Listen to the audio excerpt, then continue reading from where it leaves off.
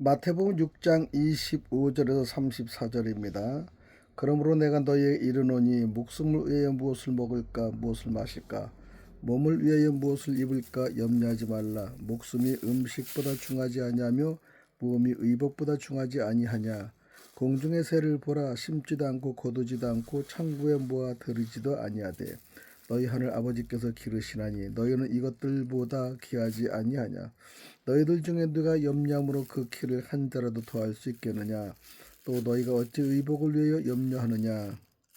들의 백합화가 어떻게 자라는가 생각하여 보라. 수고도 아니하고 길쌈도 아니하느니라. 그러나 내가 너희에게 말하노니 솔로몬의 모든 영광으로 입은 것이 이 꽃 하나만 갖지 못하였느니라. 오늘 있다가 내일 아궁이에 던져지는 들풀도 하나님이 이렇게 입히시거든 하물며 너희 일가보냐. 믿음이 적은 자들아, 그러므로 염려하여 이르기를 무엇을 먹을까 무엇을 마실까 무엇을 입을까 하지 말라. 이는 다 이방인들이 구하는 것이라. 너희 하늘 아버지께서 이 모든 것이 너희에게 있어야 할 줄 아시느니라. 그런즉 너희는 먼저 그의 나라와 그의 의를 구하라. 그리하면 이 모든 것을 너희에게 더하시리라. 그러므로 내일 일을 위하여 염려하지 말라. 내일 일은 내일이 염려할 것이요 한날의 괴로움은 그날로 족하리라. 할렐루야. 오늘은 마태복음 6장 25절과 34절의 말씀으로 다시 하나님을 주인 삼다라는 제목을 가지고 말씀을 드리겠습니다. 사람은 누구나 크고 작은 염려 속에서 살아갑니다. 건강, 일, 자녀, 재정 등 어느 하나 마음에서 쉽게 놓을 수 없는 걱정거리들입니다. 예수는 이러한 염려들 단순한 마음의 문제로 보지 않으시고 믿음의 문제로 보십니다. 우리가 염려하는 이유는 단지 상황이 어렵기 때문이 아니라 누가 내 삶의 주인이신가를 분명히 하지 못하기 때문이죠. 예수님은 염려의 뿌리를 털어내시기 위해 먼저 주인의 문제를 다루십니다. 염려는 믿음의 문제다. 염려에 대해 바로 이해하려면 마태복음의 대전제에서부터 시작해야 합니다. 한 사람이 두 주인을 섬기지 못할 것이니 혹 이를 미워하고 저를 사랑하거나 혹 이를 중히 여기고 저를 경히 여김이라. 너희가 하나님과 재물을 겸하여 섬기지 못하느니라. 마태복음 6장 24절이죠. 이어지는 25절은 그러므로라는 접속사로 시작되는데 이것은 염려하지 말라는 명령이 하나님만을 주인으로 섬기는 사람에게 주어진 말씀이라는 뜻입니다. 다시 말해 예수님은 하나님과 재물을 동시에 섬길 수 없으니 둘 중 하나만을 주인으로 택하라고 하십니다. 만약 우리가 하나님을 주인으로 섬긴다면 주인이신 하나님이 우리의 목숨과 삶을 돌보실 것이 염려하지 말라고 하십니다. 돈을 사랑하는 사람은 염려가 멈추지 않습니다. 돈만 신뢰하기 때문이죠. 염려는 헬라어로 메림나오인데 분열하다, 나뉘다라는 뜻을 가지고 있습니다. 마음 한쪽에는 하나님이 있고 또 한쪽에는 돈이 있는 상태, 이것이 바로 염려라는 것이죠.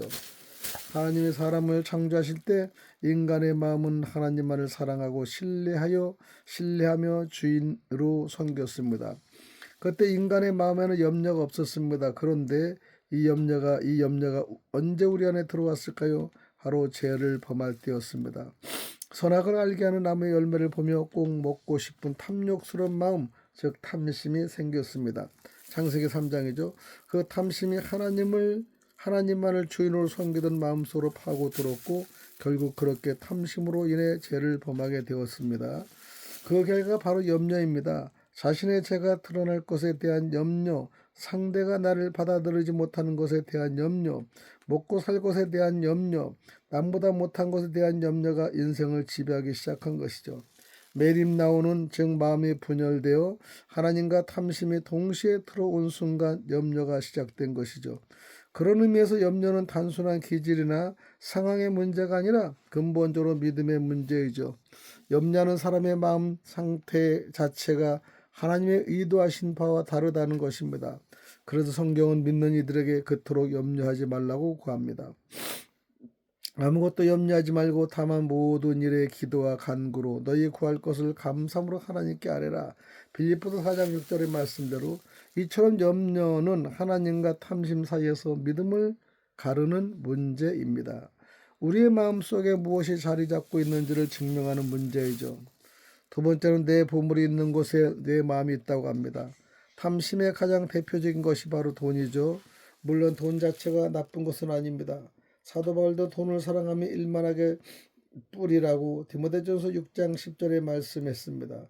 돈 자체를 악하다고 말하지는 않았습니다. 다만 돈은 우리가 사용해야 할 대상이지 사랑해야 할 대상은 아니라는 것이죠. 오늘 세상은 돈이 없으면 살아갈 수 없기 때문에 사람들은 돈을 매우 소중하게 여깁니다. 그래서 아무리 부자라고 해도 돈을 함부로 낭비하지 않습니다. 돈은 마음이 가는 곳에 쓰게 되어 있습니다. 내가 무언가에 돈을 많이 들고 있다면 그만큼 그곳에 내 마음이 가 있다는 증거입니다. 마음이 가지 않으면 사람은 자신의 돈을 내어놓지 않습니다. 그래서 예수님이 내 보물이 있는 곳에는 내 마음도 있느니라 마태복음 6장 21절에 말씀하십니다. 열왕기상 8장을 보면 솔로몬이 성전을 완공하고 성전 봉헌식을 드리는 장면이 나오는데요. 솔로몬과 이스라엘 백성은 하나님께 희생 제물을 드렸는데 그 양이 정말 어마어마했습니다. 7일 동안 소 2만 2천 마리, 양 12만 마리를 드렸습니다. 양이 너무 많아 놋 제단에서 다 드릴 수 없자 여호와의 성전 앞들을 거룩히 구별하여 그곳에서 제사를 드렸습니다. 그 자리에 있던 모든 백성은 이 많은 재물을 아까워하지 않았습니다. 오히려 하나님의 베푸신 은혜로 말미암아 기뻐하며 즐거워했습니다.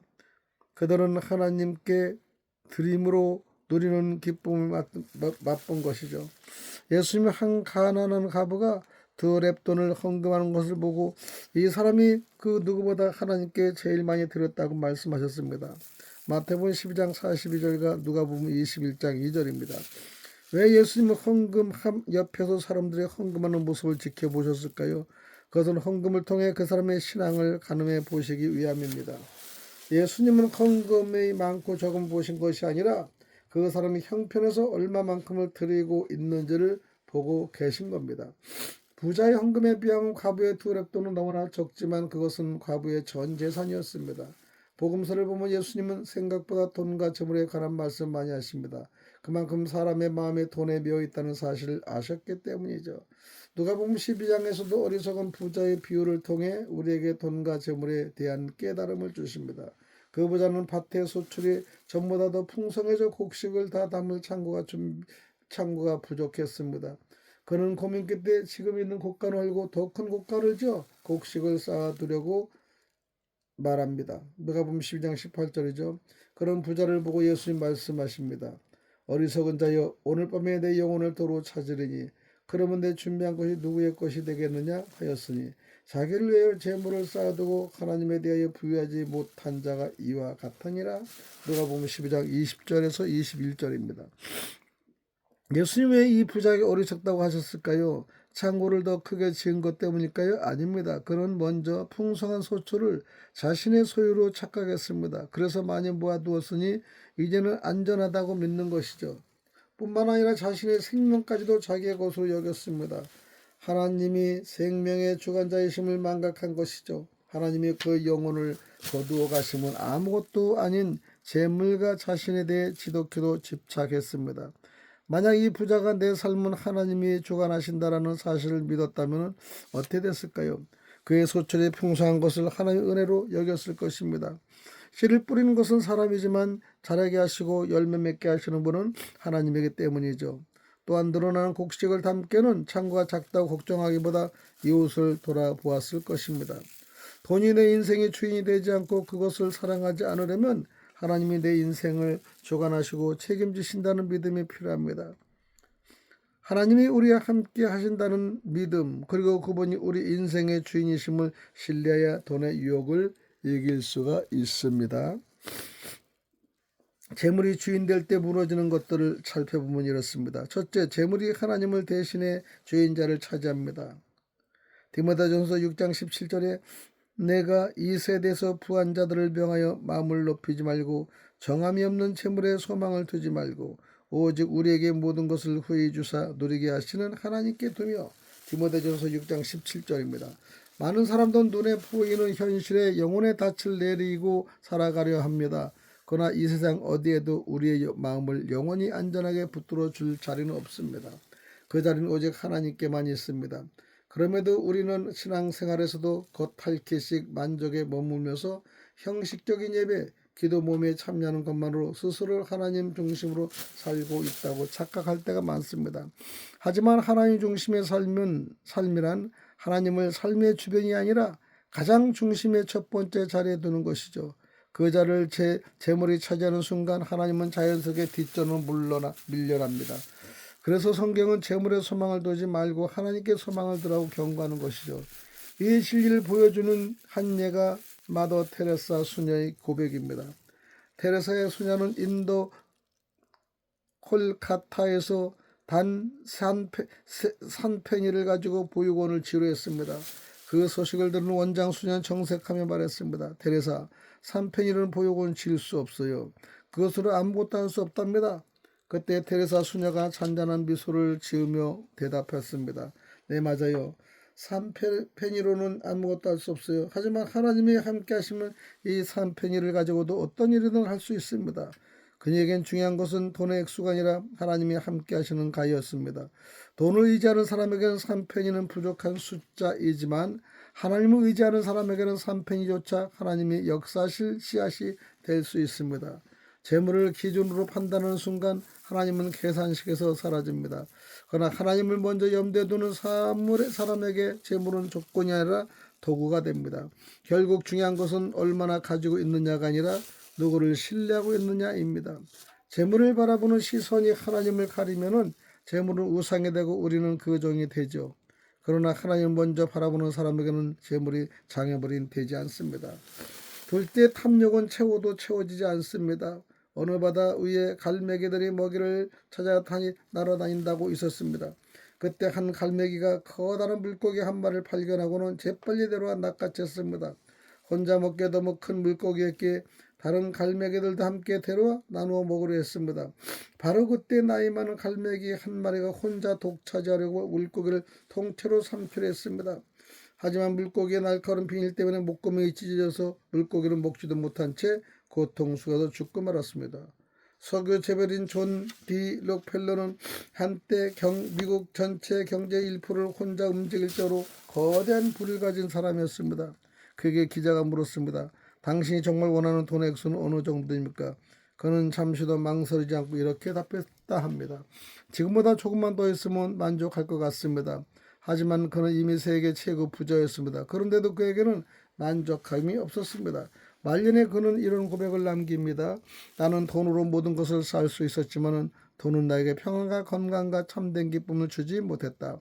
이러듯 탐욕은 채워도 끝이 없습니다.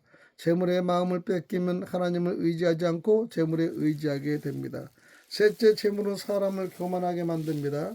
중국 만방국제학교 설립자 최하진 선교사의 아내인 최수연 선교사는 서울 유명 백화점의 VIP 고객이었습니다. 한국에서의 부연 생활의 몸에 배서인지 남편을 따라 중국에 선교를 가서도 씀씀이가 컸습니다. 돈을 조금 아껴달라고 조심스럽게 말하는 주변 사람들에게 내 돈을 내가 쓰는데 무슨 상관이지? 라는 생각으로 쓰던 대로 마구 썼습니다. 그러다 어느 날 어린 딸이 폐렴에 걸려 한 달 넘게 고통을 겪으며 생명을 위협받습니다. 그 순간 그녀는 깨달았습니다.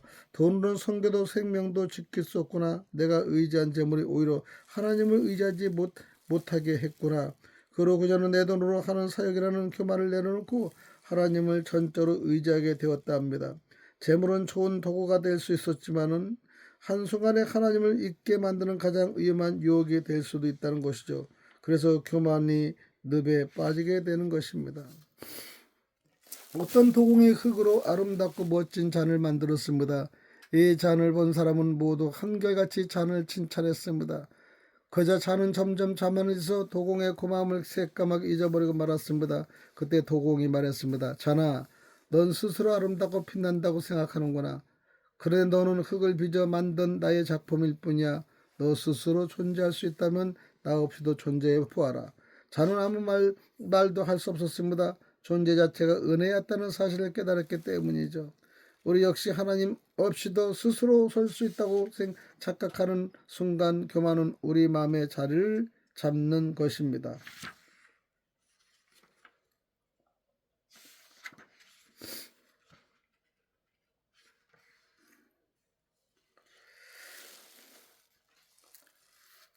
넷째는 악이 틈탈 기회를 줍니다. 부활해하는 자들은 시험과 올무와 여러 가지 어리석고 해로운 욕심에 떨어지나니 곧 사랑으로 파멸과 멸망에 빠지게 하는 것이라. 돈을 사랑함이 일만하게 뿌리가 되나니 이것을 탐내는 자들은 미혹을 받아 믿음에서 떠나 많은 근심으로써 자기를 찔렸도다. 디모데전서 6장 9절에서 10절입니다. 오늘 사탄이 병 10개를 들고 한 청년을 찾습니다. 사탄은 9개 병에는 꿀물이, 1개 병에는 독약이 들어있는데 꿀물이 든 병을 찾아 마시면 엄청난 액수의 돈을 주겠다고 제안합니다. 청년은 돈이 아무리 좋아도 생명과 바꿀 수는 없다고 거절했지만 계속 유혹하는 사탄의 간청에 10병 중 딱 한 병인데 하며 떨리는 손으로 하나를 골라 마셨습니다. 다행히 그는 죽지 않았고 사탄에게 돈을 받고서 다시는 찾아오지 말라고 했습니다. 하지만 사탄은 다시 나타나 이제 9개 중 하나를 마시면 돈을 2배로 주겠다고 제안했습니다. 청년은 그 제안을 승낙했고 쉽게 번 돈으로 방탕한 삶을 살면서도 계속 사탄을 불러냈습니다. 두려움마저 사라져 이제 남은 2병을 앞에 두고 돈벼락이나 죽음이야 하며 인생의 마지막 승부를 거는 지경에 이르렀습니다. 이제 노년이 된 그는 식은땀을 흘리며 마지막 병을 꿀꺽 삼켰습니다. 나는 이겼어. 끝까지 살아남았어. 어서 돈을 내놔라. 승리에 도취된 노인에게 사탄은 남은 마지막 병을 스스로 마시면서 말했습니다. 처음부터 독약이 든 병은 없었지. 그러나 너는 이미 돈이라는 독약에 죽어가고 있어. 청춘을 돈에 얽매여 다 보내고 영원한 것을 잃어버렸지. 이제까지 받은 돈의 대가를 내가 있는 곳으로 와서 고통과 함께 치료할 것이다.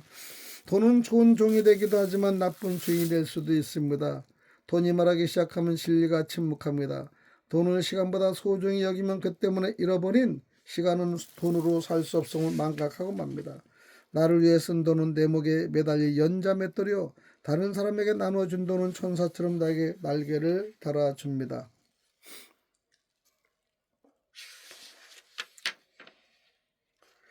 재물은 이러한 속성을 가지고 있어서 부유함이 축복이라기보다 오히려 그렇지 않은 경우도 많습니다. 그러므로 돈의 자신이 우상이 되지 않을 만큼만 가지고 그 안에서 자족할 줄 아는 것이 진정한 부유함이며 축복입니다. 잠언서 30장 7절 9절입니다. 돈과 하나님 사이에서 갈팡질팡하지 말고 하나님을 주인으로 섬기는 올바른 삶을 살으시기를 축원합니다. 할렐루야. 오늘도 여기까지 말씀을 드리겠습니다.